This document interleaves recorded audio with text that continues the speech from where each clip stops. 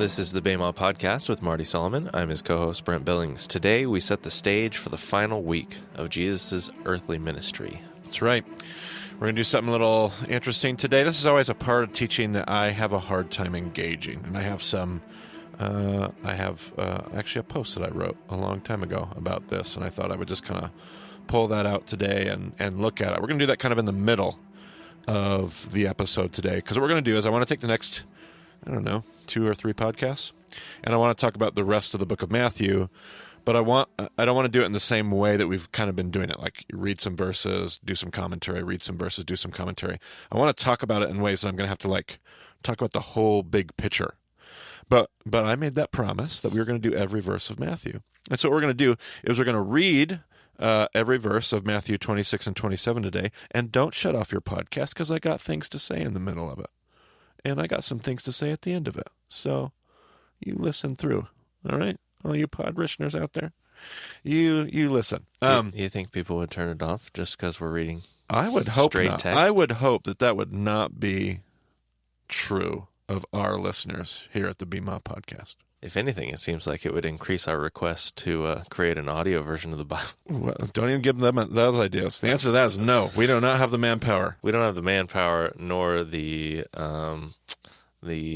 licensing agreements. Yes, that was right. From the New International Version people. Although if I was going to have an audio commentary or an audio version of the Bible, I would want Brent Billings being my reader. I'll tell you that much right now. Well, it would require a significantly different setup than we have here. All right, so here we go.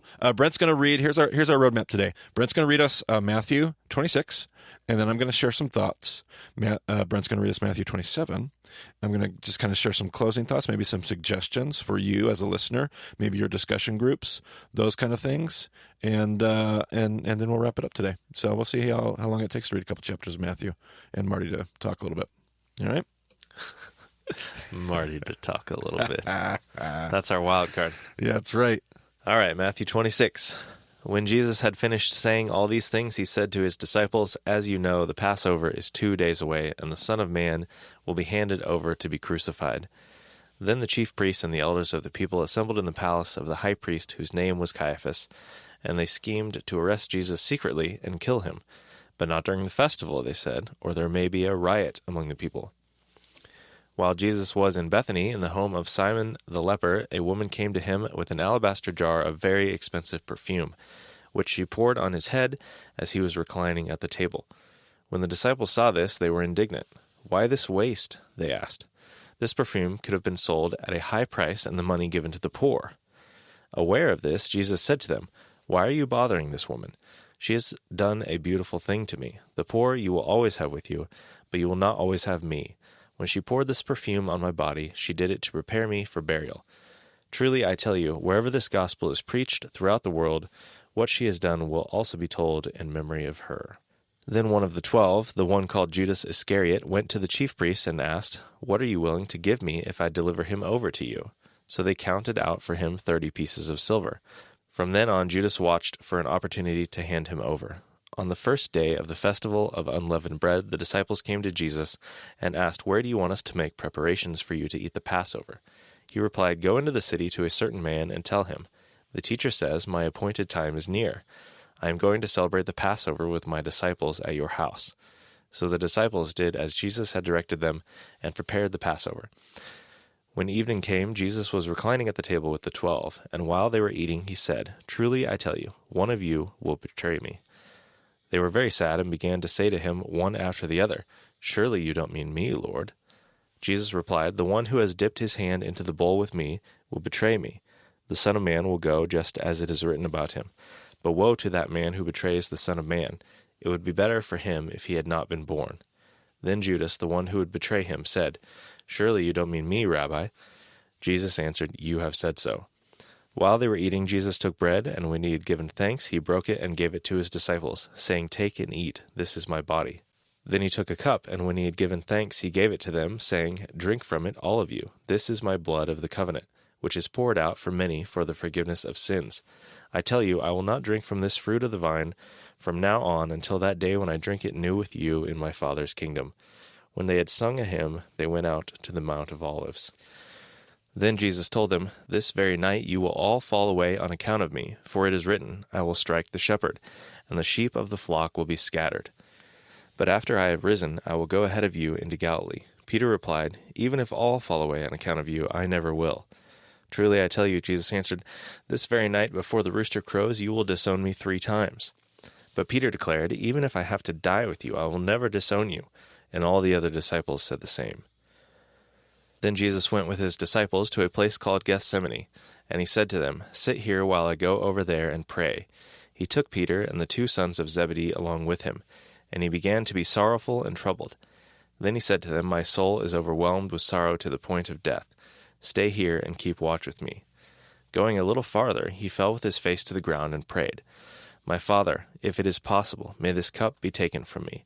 Yet not as I will, but as you will." Then he returned to his disciples and found them sleeping.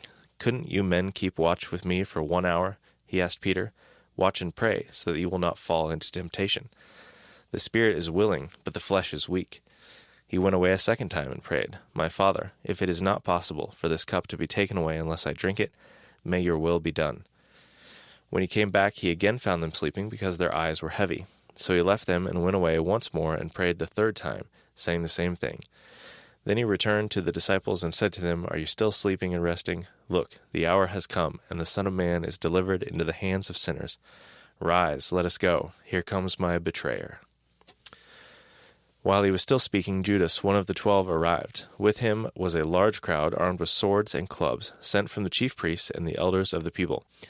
Now the betrayer had arranged a signal with them. "The one I kiss is the man. Arrest him." Going at once to Jesus, Judas said, "Greetings, Rabbi," and kissed him. Jesus replied, "Do what you came for, friend." Then the men stepped forward, seized Jesus, and arrested him. With that, one of Jesus' companions reached for his sword, drew it out, and struck the servant of the high priest, cutting off his ear. "Put your sword back in its place," Jesus said to him, "for all who draw the sword will die by the sword. Do you think I cannot call on my Father, and he will at once put at my disposal more than 12 legions of angels? But how then would the scriptures be fulfilled that say that it must happen this way?" In that hour Jesus said to the crowd, "Am I leading a rebellion, that you have come out with swords and clubs to capture me? Every day I sat in the temple courts teaching, and you did not arrest me. But this has all taken place that the writings of the prophets might be fulfilled." Then all the disciples deserted him and fled. Those who had arrested Jesus took him to Caiaphas the high priest, where the teachers of the law and the elders had assembled. But Peter followed him at a distance, right up to the courtyard of the high priest. He entered and sat down with the guards to see the outcome. The chief priests and the whole Sanhedrin were looking for false evidence against Jesus, so that they could put him to death. But they did not find any, though many false witnesses came forward. Finally, 2 came forward and declared, "This fellow said, I am able to destroy the temple of God and rebuild it in 3 days." Then the high priest stood up and said to Jesus, "Are you not going to answer? What is this testimony that these men are bringing against you?" But Jesus remained silent. The high priest said to him, "I charge you under oath by the living God. Tell us if you are the Messiah, the Son of God." "You have said so," Jesus replied. "But I say to all of you, from now on, you will see the Son of Man sitting at the right hand of the Mighty One and coming on the clouds of heaven." Then the high priest tore his clothes and said, "He has spoken blasphemy. Why do we need any more witnesses? Look, now you have heard the blasphemy. What do you think?" "He is worthy of death," they answered. Then they spit in his face and struck him with their fists. Others slapped him and said, "Prophesy to us, Messiah. Who hit you?" Now Peter was sitting out in the courtyard, and a servant girl came to him. "You also were with Jesus of Galilee," she said. But he denied it before them all. "I don't know what you're talking about," he said. Then he went out to the gateway, where another servant girl saw him, and said to the people there, "This fellow was with Jesus of Nazareth." He denied it again with an oath, "I don't know the man." After a little while, those standing there went up to Peter and said, "Surely you are one of them. Your accent gives you away." Then he began to call down curses, and he swore to them, "I don't know the man." Immediately a rooster crowed. Then Peter remembered the word Jesus had spoken, "Before the rooster crows, you will disown me 3 times." And he went outside and wept bitterly. Good work, Brent Billings. That was a long chapter. It was a little bit. How many verses were in that chapter? 75. All right. Yeah, we did some work there. I have several things that I noticed, but maybe my most burning question is, Oh, I like this. Okay. what do you think was the hymn that they sang? Oh, I should have a good answer to that question, because it should be a post-Passover hymn. I have no idea. I would assume it's a psalm of some kind. It may not have been. But I do not know what the post-Seder, especially in the first century, liturgy was. That is a wonderful question. Probably a good Google search for one of our listeners. Might even reveal some answers. Who knows? I have no idea, but if it was a psalm, I was thinking maybe Jesus was like going over his life psalm. Yeah. And like something came out, the disciples picked up on, like, oh yeah, let's sing that one. And they all sang it. Yeah. Who But knows? I have no idea. Make a great movie moment. Sure.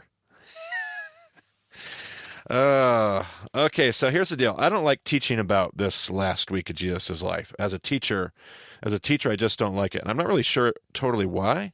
There are certain high moments in the Christian calendar that have always meant a ton to me as just a church goer, as a person of faith. One of those is Advent, Christmas Eve. I just grew up with a lot of just really tender memories of, meaningful memories of holding a candle at candlelight services, Christmas Eve. Obviously, Resurrection Sunday is one of those. They just mean a lot to me. The whole idea of the death, burial, and resurrection of Jesus being so profound and such a key central part of our faith. Maybe it's intimidating. I don't know. There's something about it that makes it hard for me as somebody who likes to lean into the academia and the lighthearted critical thinking, that as a teacher, I just struggle to engage this stuff. And I remember, I think the last time I got to do a Christmas Eve service, Brent, I wrote out a homily, and that went over like a bag of bricks.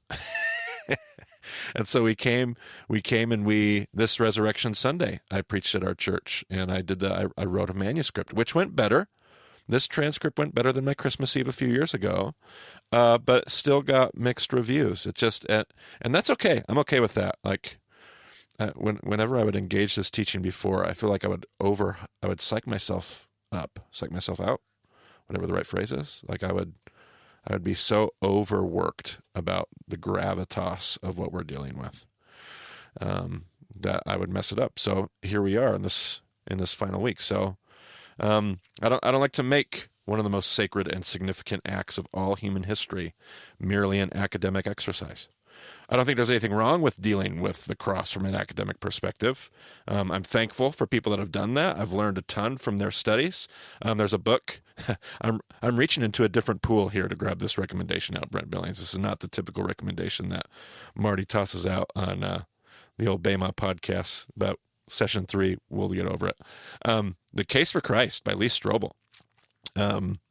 I typically moved away from the world of apologetics and a lot of that stuff, but that book just did a really great job of treating the academic, the science, the history behind crucifixion, what's happening from a medical perspective.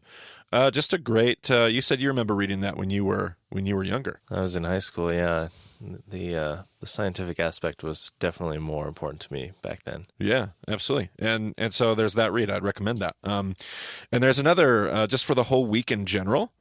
We recommended the book, I believe, last podcast perhaps, but The Last Week by Crossan and Borg. That was recommended by one of our listeners. It's going to get a lot of mileage here in the last few podcasts of session 3, just because it's a great read. I don't agree with every single nuance. They're very liberal textual critics. Okay, so everybody brace yourself for that. Like, that is who they are. But I think they hold it well, and I think we're big enough boys and girls that we can think critically and pick and choose what we agree with and don't like and know why, and that's all a good exercise for us. So, great book, recommend there. Super, super great. Can't remember if I gave it 4 stars or 5 stars, Brent. I think it was 4 stars for me. Pretty sure it's 4. I ended up on my favorite shelf, though. I notice when you give something 5 stars. Yeah. Those are rare. Those are rare little gifts. So yeah, I appreciate that. I remember in Bible college, there were 3 Life of Christ classes that were required for our degree programs. And they took the first half of Jesus' life, and it was Life of Christ Part 1, the early years. There was Life of Christ Part 2, the later years. And we did an entire semester-long class on the final week of Jesus' life. So a lot of time and mileage spent here. And it's good. Especially if you consider all four Gospels. John especially, there's so much written from this Absolutely. last week. There's a lot of material to work with. Absolutely. And you're right. John has chapters and chapters of discourse. So, absolutely. So, I don't know why my hesitancy, but maybe it's because I've spent my whole life in the church, surrounded by a discussion that finds its center at the cross of Christ. Maybe it's that I still find myself captivated by its story and its testimony. Maybe it's the week when I chose not to go with my parents to my grandfather's funeral. I can still remember it was an Easter. It was a Holy Week weekend, and my grandfather passed away. And they asked me if I wanted to go. I decided not to go. And so instead, I was at Good Friday service all by myself, weeping uncontrollably for reasons that I still don't really understand. I have never cried like that in all my life. And to this day, hearing the hymn, "Were you there when they crucified my Lord," will certainly bring me to my knees. Maybe it's all the above. I don't know why. But the gospel accounts on the crucifixion caused me to want to write poetry and speak eloquently and not talk about history on a podcast. Captivating, thundering, deep, moving, profound, disturbing, soothing. These are words that only begin to scratch the surface of what I experience on Good Friday every year, in a story that speaks volumes into my heart with words I don't fully understand. There are moments when I see the order of death tap out in submission to something more profound than defeat could ever be. There are moments when I feel as though God has joined us in all of our sorrow, and it is so good to have his company. There are moments when I sense the greatest statement of love there could ever be expressed, and the truly unique, counterintuitive story of a God who would lay down his life for others. There are also moments of anger when I see the injustice and the confusion at why the death is necessary. Which leads me, by the way, to other thoughts about atonement and how I am so thankful that so many theologians are asking really good, important questions about what the Bible actually teaches on atonement. These questions are important because they reach to the core of our understanding of the heart of God. Why would he die? Why would he have to die? Did he have to die? And how is any of this explained logically in ways that actually make reasonable sense? These questions are important because I sit in those Good Friday services and I need to understand what I am witnessing and remembering. What am I supposed to see at the cross? So I don't want to talk today about atonement theory. We'll do that later in session 4, Brent. I'll make that promise. We'll do that. Book of Hebrews, we'll talk about atonement. So I'm not going to talk about atonement here, but I will make some passing recommendations, by the way. I'd recommend a few books, a couple books by Tony Jones. One of them is A Better Atonement. It's a little 3-chapter ebook. And I just really, really enjoyed that. There's a book that I have purchased but still have yet to read.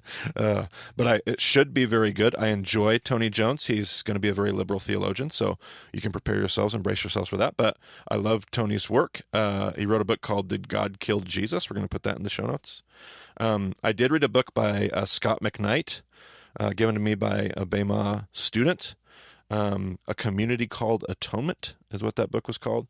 That one was excellent. It kind of took all the different theories on atonement because there are different theories. Brent, did you know this? I was aware. You were aware. Were you aware of this before you went through Bema? I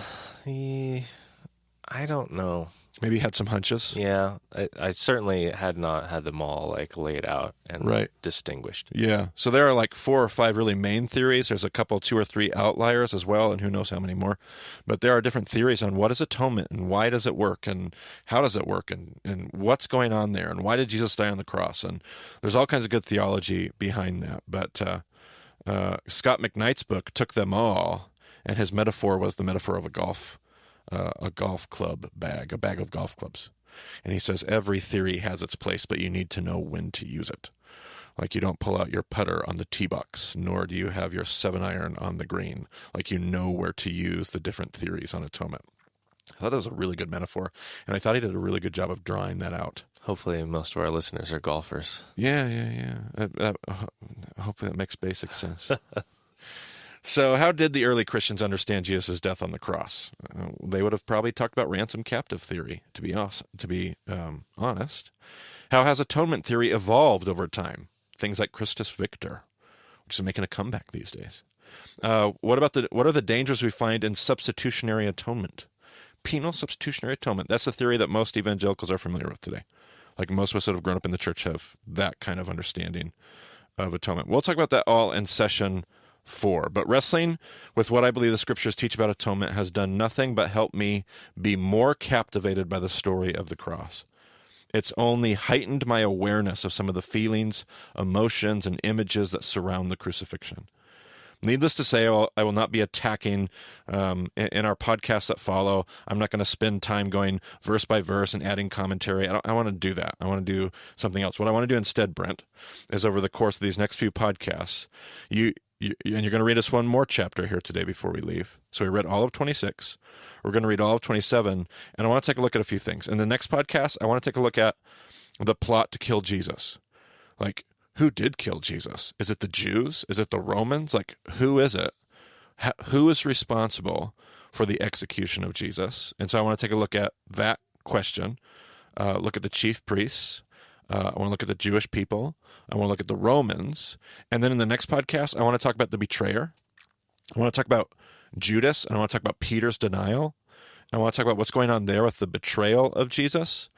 And then in the next podcast, probably our last podcast before the capstone, we'll probably spend some time looking at the resurrection, maybe recommending some things to listen to, and looking at the Great Commission, closing out Matthew, and we will be outie.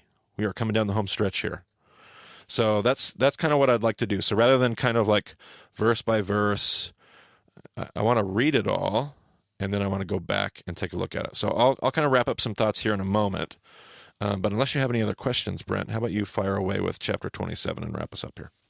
Early in the morning, all the chief priests and the elders of the people made their plans how to have Jesus executed. So they bound him, led him away, and handed him over to Pilate, the governor.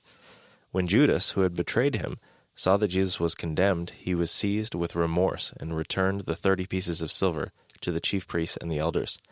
I have sinned, he said, for I have betrayed innocent blood. What is that to us? They replied. That's your responsibility. So Judas threw the money into the temple and left. Then he went away and hanged himself. The chief priests picked up the coins and said, It is against the law to put this into the treasury, since it is blood money.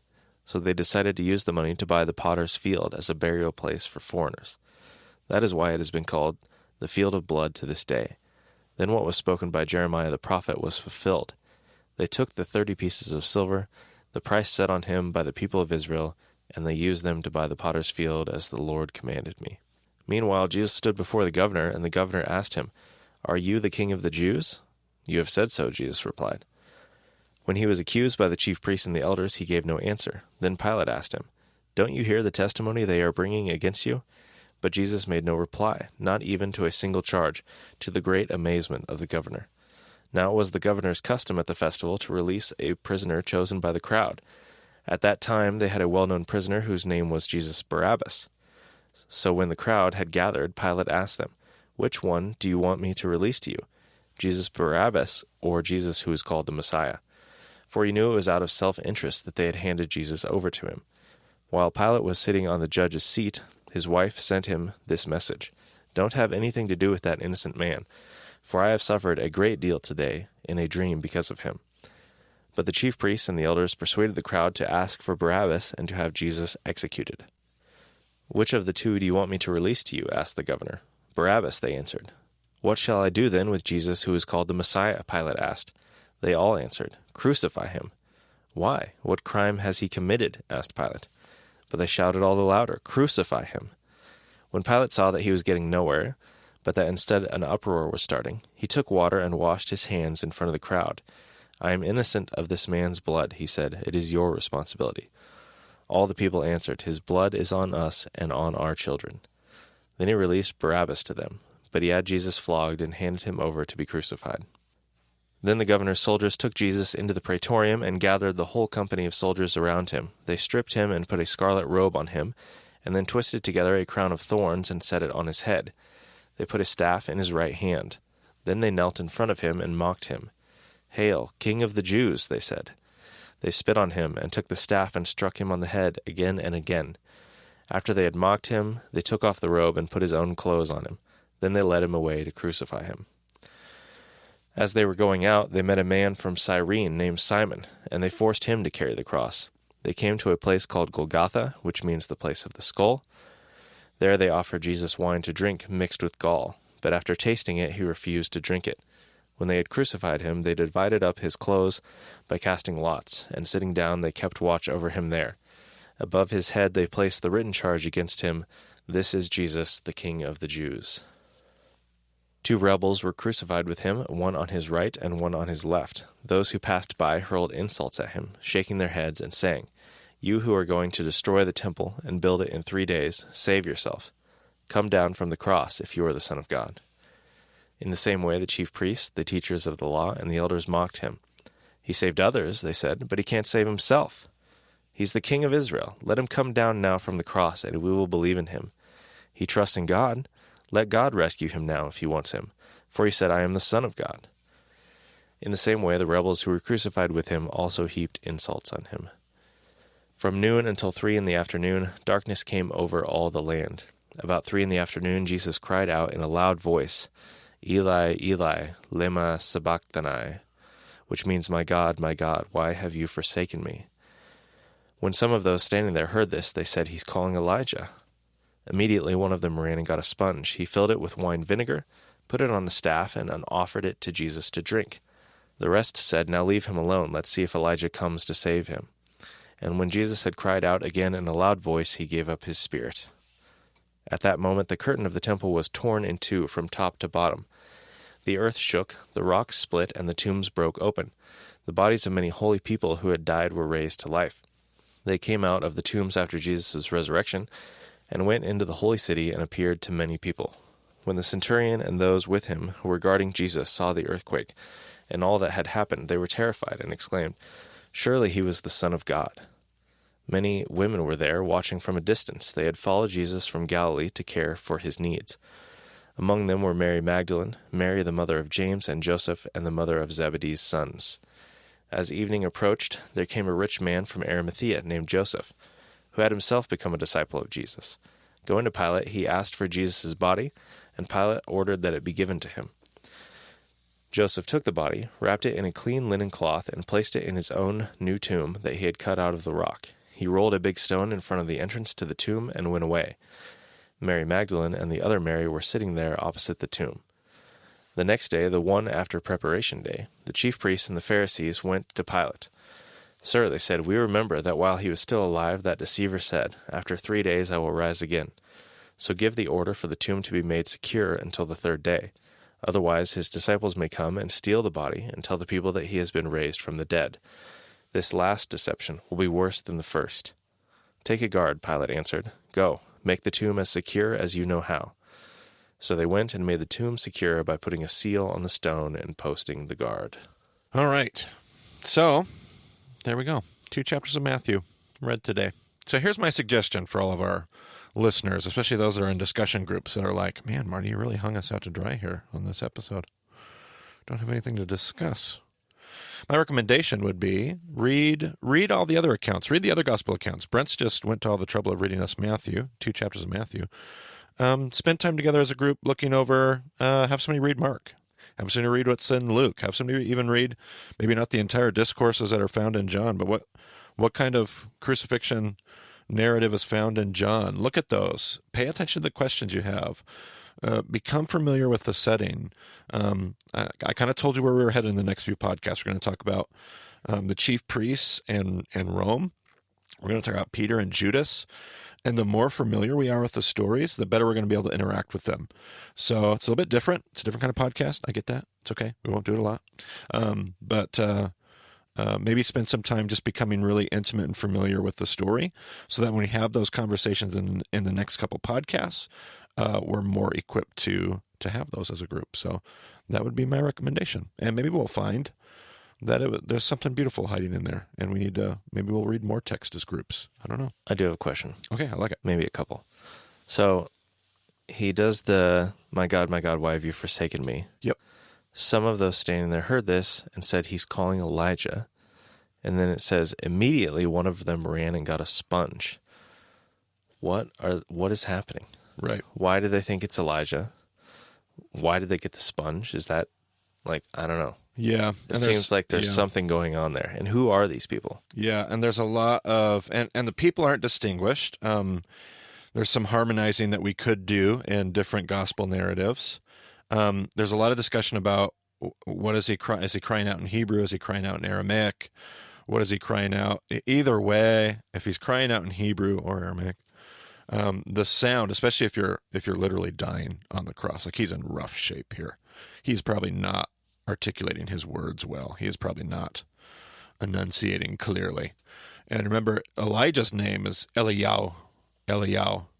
So if he's gasping and crying out, my God, because if you remember, Eliyahu means Yahweh is God. So they're hearing the God part, and they're thinking he's crying out Elijah's name, which would make sense. He's, if they think they see him as this messianic character, that's probably what they're mishearing. Is likely. That's my own personal leaning on that. It certainly makes sense. Yeah. And so the other accounts, and I don't think I talked about it in Matthew here, I'm just double checking right here. He put it on a staff. This, in Matthew's account, it says he put it on a staff. In other gospel accounts, they put the sponge on a branch of hyssop. Now, there's not just a random person. No random person is being allowed to go grab a sponge and lift it up to Jesus. Like, the soldiers are not letting any of that stuff happen. So what we have is a Roman soldier. One of the things that they would do to humiliate crucifixion victims is hyssop was used as toilet paper in their world. You'd use the leaves of hyssop.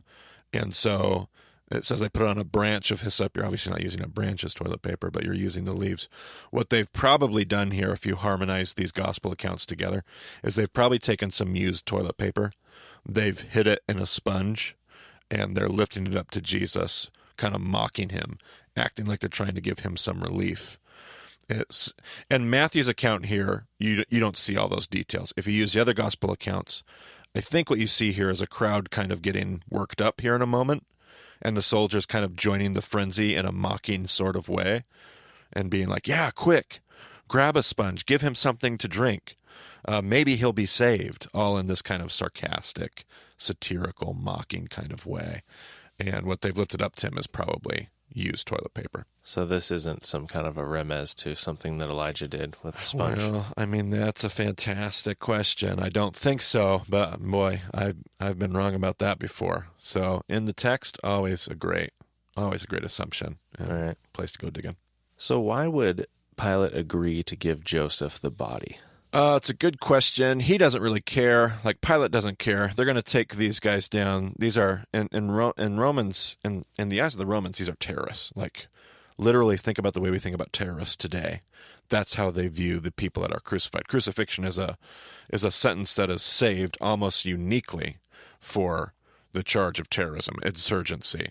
It was saved for zealots. You crucified zealots to make a spectacle, an example of what happens when you stand up against Rome as a terrorist. So they just take these guys down and they just throw them into a shallow grave, and those shallow graves are usually dug up by dogs. Here's this really wealthy person. I have wondered, there's nothing in the text here. This is all speculation. But I've wondered, Joseph of Arimathea, really wealthy guy. He's got connections to the Sanhedrin. Does he have priestly connections? We don't know, but it's... And remember the relationship that the chief priests and the Sanhedrin had with Rome. Like, he's connected, and he is a person of influence. Now, we know from the story he is leaning and swinging towards, especially here at this point in the story, he's this follower of Jesus. He's become this disciple of Christ. But is his life one where he's had a real position of influence? And Pilate couldn't care. Like, he couldn't care less. I'm just going to throw him in a shallow grave. But hey, you want his body? You got it. And he gives it to him. Did it come with a bribe, a payment? The text doesn't tell us that, but who knows? But it's a good question. Yeah. And this one chapter actually kind of accentuates some of the naming problems we find in the Bible. You've got multiple Jesuses, you've got multiple Marys, you've got multiple Josephs. Correct. Well, only one Joseph in the chapter, but obviously there are many other Josephs. Like, my goodness, people. Yeah, absolutely. Yeah, not very a lot of common name names. creativity back then, I Yep. guess. Which is also why you always were son of so-and-so. Right. Even more important than your name was son of Joseph, that kind of idea. Okay, so final question. What is preparation day? Yeah. There's a really good conversation about how this week works and where everything actually happens. Preparation day is the day where you prepare for the Passover. It's the day where the lambs are not selected. That happened a week earlier. But where everything about Passover is prepared. It's the day that Passover sacrifice is going to happen.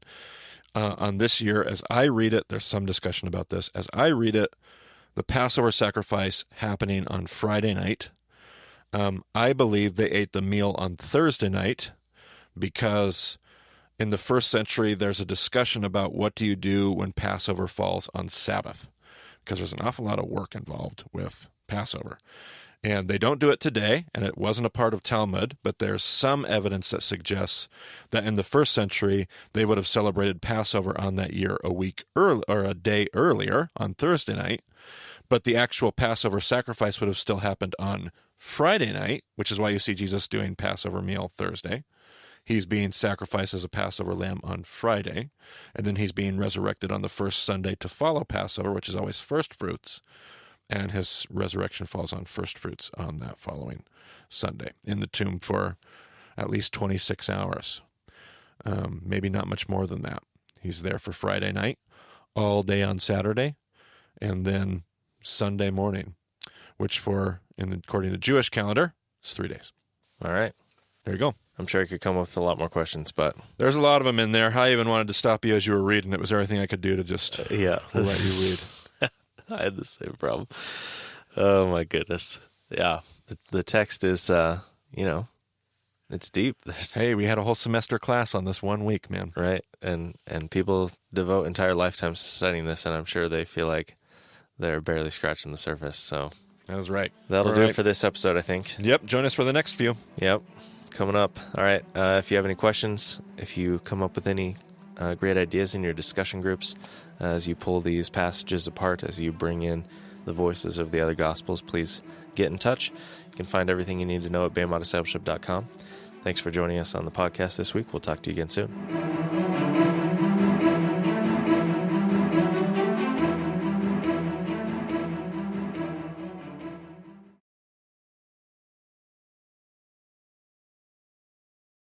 From then on, Judas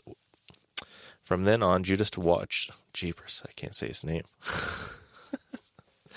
From then on, Judas watched for an opportunity to hand him over. Oh my goodness, this is a long chapter.